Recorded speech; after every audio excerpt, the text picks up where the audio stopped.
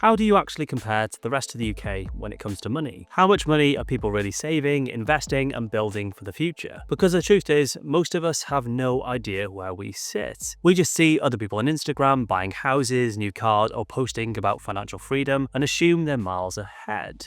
But the numbers tell a very different story. I pulled together 10 real money stats from this year to show exactly how people in Britain are managing their money right now, from savings and debt to pensions, and what it really takes to be considered wealthy. So here's what the average Brit actually has, and it's probably less than you would expect. This single number explains more about Britain than any headline ever could. According to a 2025 Finder survey, the average person in the UK has just over £16,000 in savings, with people in Scotland being the best savers and the West Midlands being the worst. Now, you might think that sounds fairly reasonable, but there's a much more shocking stat that came out of this research. 2 in 5 Brits, 39%, have £1,000 or less in savings, meaning they would struggle to cover living expenses for more than a month. And this chart was pretty staggering. The highest average savings were in the 79 plus bracket, no surprise there. But the lowest percentage of people with no savings was actually Gen X, 44 to 59-year-olds. In this age group, 18% of people had no savings at all. So even among people approaching retirement, a surprising number still have little to no financial cushion. It shows that the savings gap just isn't a young people problem, it's spread right across the generations. Saving money has become harder for everyone, and a big reason is where the money actually goes each month.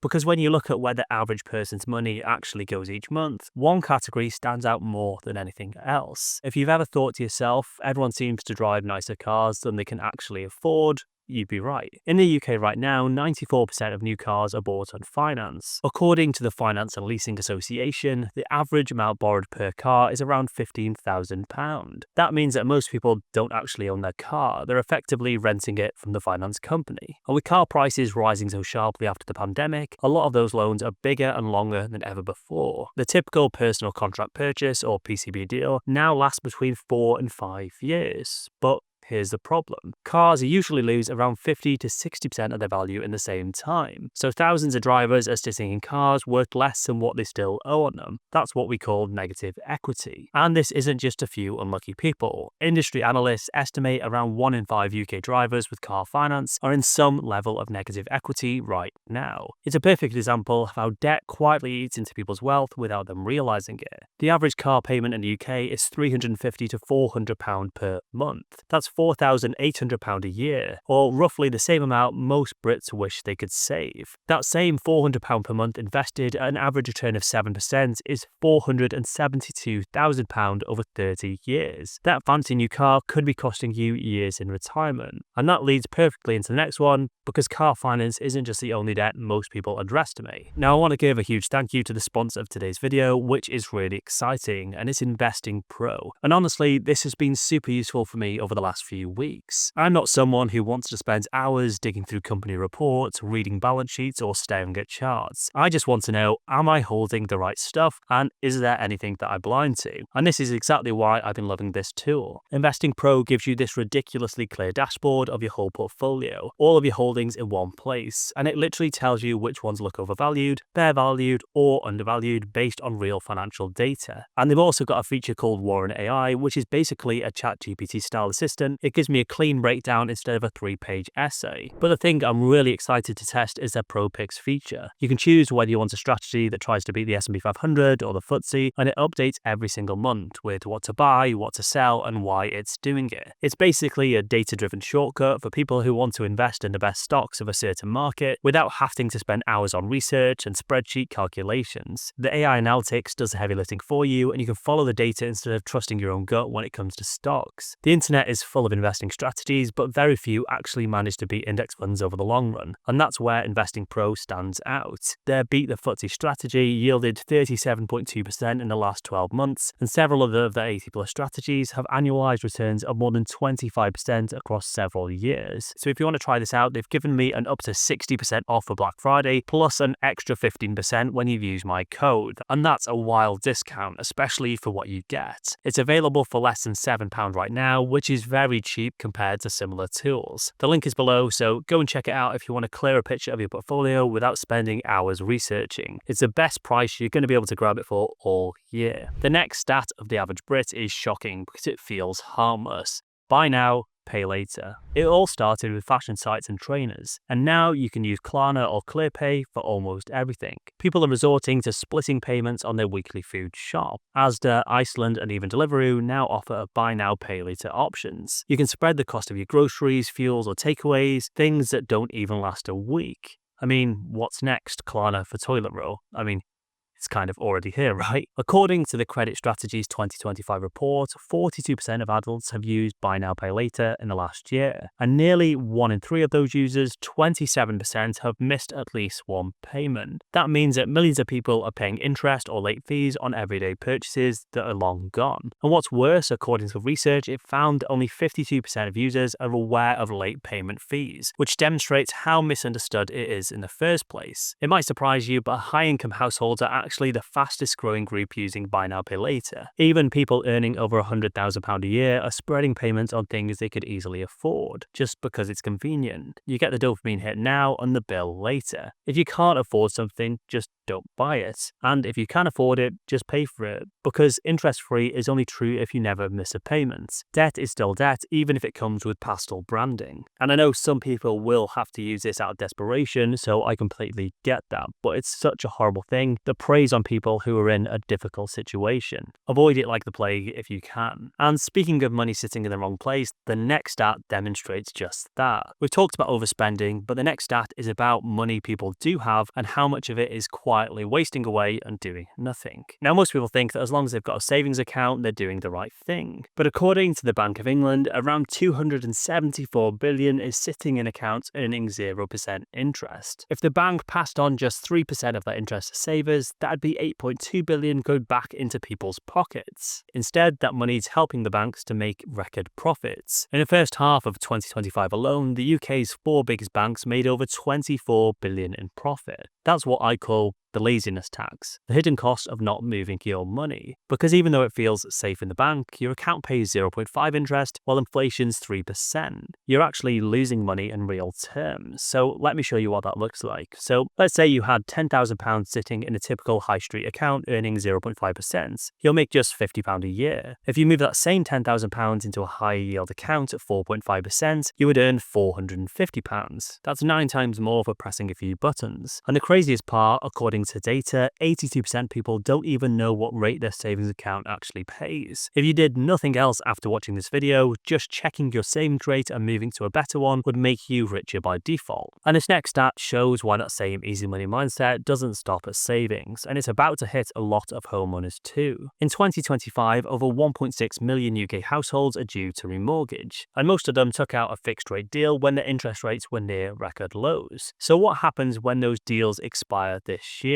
For the average homeowner, their monthly mortgage payment will jump by £300 to £500 every single month. That's according to UK Finance, which found that nearly half of all fixed-rate mortgages will roll off by the end of this year. Because even though inflation's cooled off, interest rates haven't dropped nearly enough to undo the damage from the last 2 years. Right now, the average 2-year fixed rate is sitting around 4.41%, and the average 5-year fix is roughly 4.45%, according to Rightmove's latest data. That's still more than double the rates people were getting in 2021, when you could lock in a fix for around 1.8 to 2%. To put that into perspective, if you have a £250,000 mortgage and your rate jumps by just 2%, your payments go up roughly £300 a month. At a 3% rise, that increases closer to £450 a month.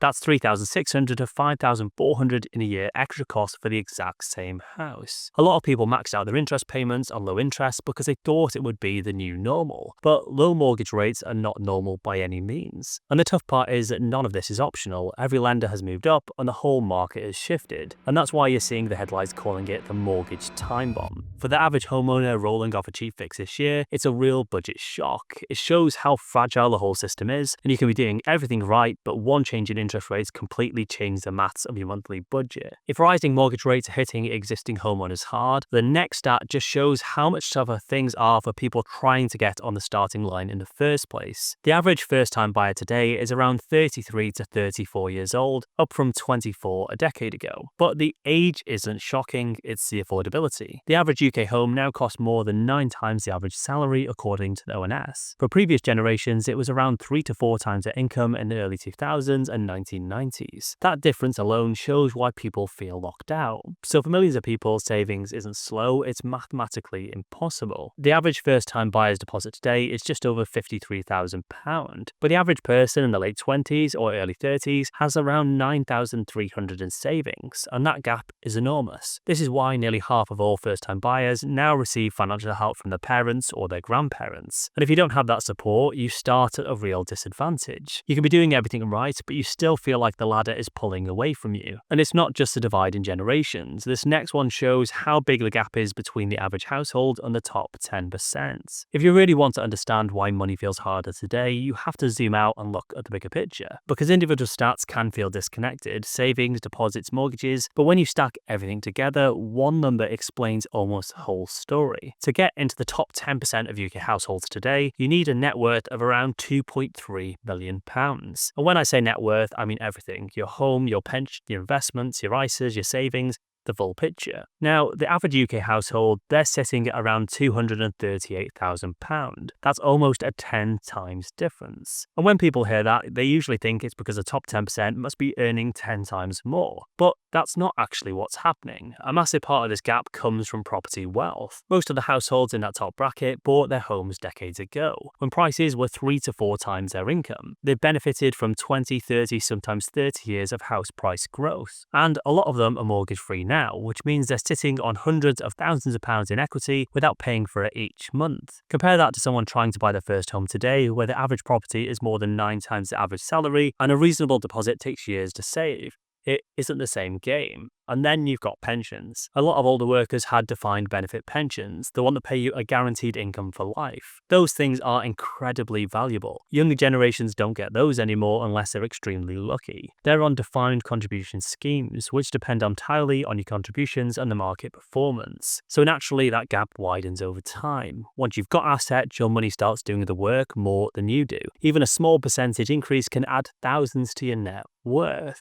But what if you don't have those assets? You're trying to build wealth from whatever you can save each month. And with rents, bills, living costs rising faster than wages, that gets harder every single year. So when people feel like they're working hard and not getting anywhere, it's not in their head. The system isn't built evenly. It rewards people who already have assets, and it makes life harder for people who are still trying to build them. And one of the most surprising stats this year came from HMRC's latest annual savings statistics. And if you haven't either, there's something you really need to see. According to HMRC, at the end of the 2024 tax year, UK adults held around $872 billion inside ISAs. And you would think that most of that would be invested, right? Because that's the whole point of stocks and shares ISAs, to actually grow your money. But when you look at HMRC's breakdown, something really odd jumps out. This green section represents cash ISAs, and it makes up 41.3% of the entire ISA market. 2 out of every £5 in ISAs are just sitting in cash. Now, holding cash in a cash ISA is normal, that's what they're designed for. But here's the part that most people don't realize. A huge number of stocks and shares ISAs, the ones specifically people open to invest, are also sitting entirely in cash, sometimes for months and sometimes for years. People put money into the ISA assuming it invests automatically, and it doesn't. If you don't pick stocks or an ETF,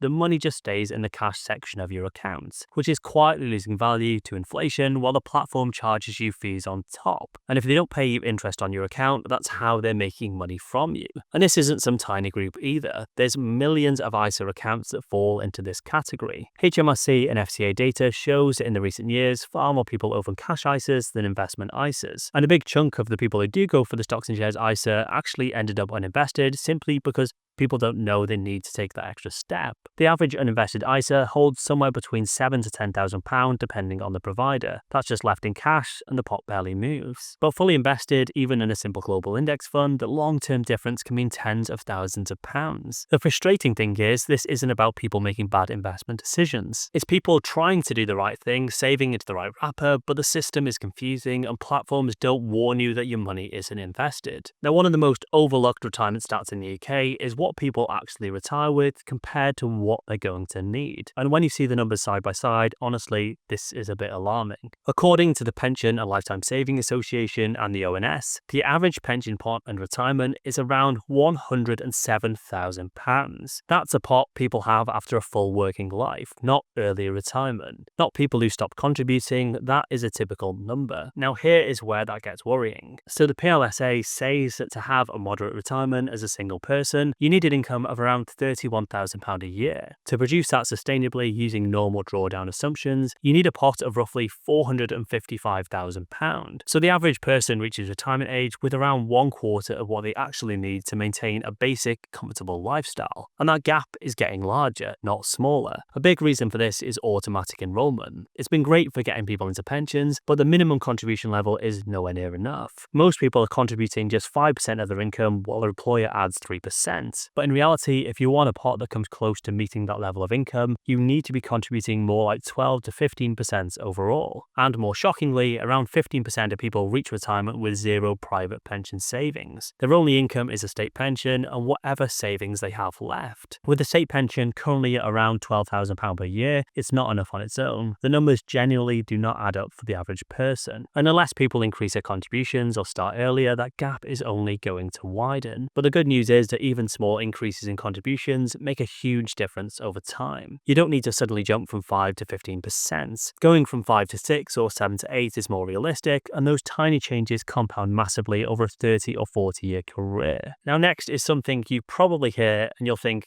this isn't quite right, and it's inflation. If you've ever felt like the official inflation numbers don't match real life, you're not imagining it. The headline inflation rate in the UK right now is something between 2.5 and 3.5%, depending on the month. And the ONS has the data to prove it. But when you break that inflation down by household type, the numbers jump sharply. For renters, real inflation in the last year has been closer to 6%. For people with mortgages, it's around 5%, mainly because the official CPI figures barely accounts for the rising mortgage costs. And for single-parent households who spend a much higher share of their income on essentials like food, energy and transport, it can be as high as 7%. That means the cost of living is rising almost twice as fast as the average household headline number implies. And the real reason for this is pretty simple. So the CPI inflation figure is based on an average basket of goods across the whole population. If more of your income goes on rent, groceries, energy, fuel, childcare or council tax, your personal inflation is much higher than the national average. So here's a good example. Food inflation last year peaked at more than 19%, and energy and rent spiked too. But CPI smooths all of that out with categories like clothing, electronics and recreation, which haven't risen nearly as fast.